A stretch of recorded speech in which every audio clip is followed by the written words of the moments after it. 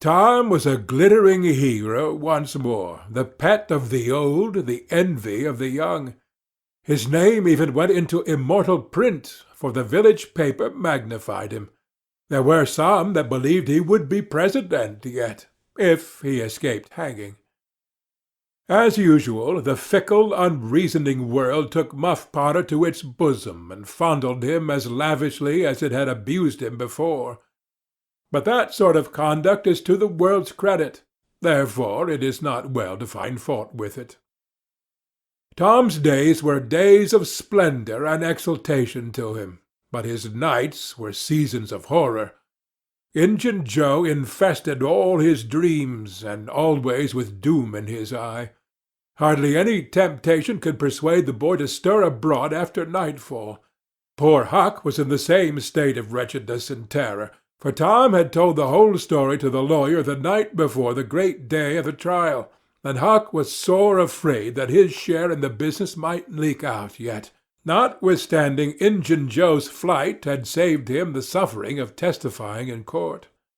The poor fellow had got the attorney to promise secrecy, but what of that?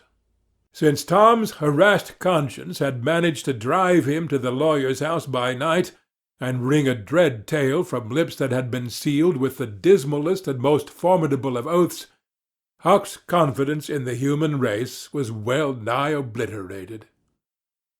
Daily, Muff Potter's gratitude made Tom glad he had spoken, but nightly he wished he had sealed up his tongue. Half the time Tom was afraid Injun Joe would never be captured. The other half he was afraid he would be.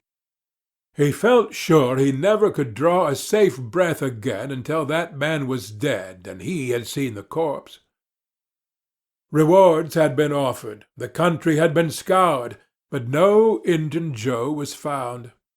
One of those omniscient and awe-inspiring marvels, a detective, came up from St. Louis, moused around, shook his head, looked wise, and made that sort of astounding success which members of that craft usually achieve.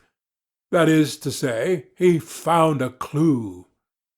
But you can't hang a clue for murder. And so, after the detective had got through and gone home, Tom felt just as insecure as he was before. The slow days drifted on, and each left behind it a slightly lightened weight of apprehension.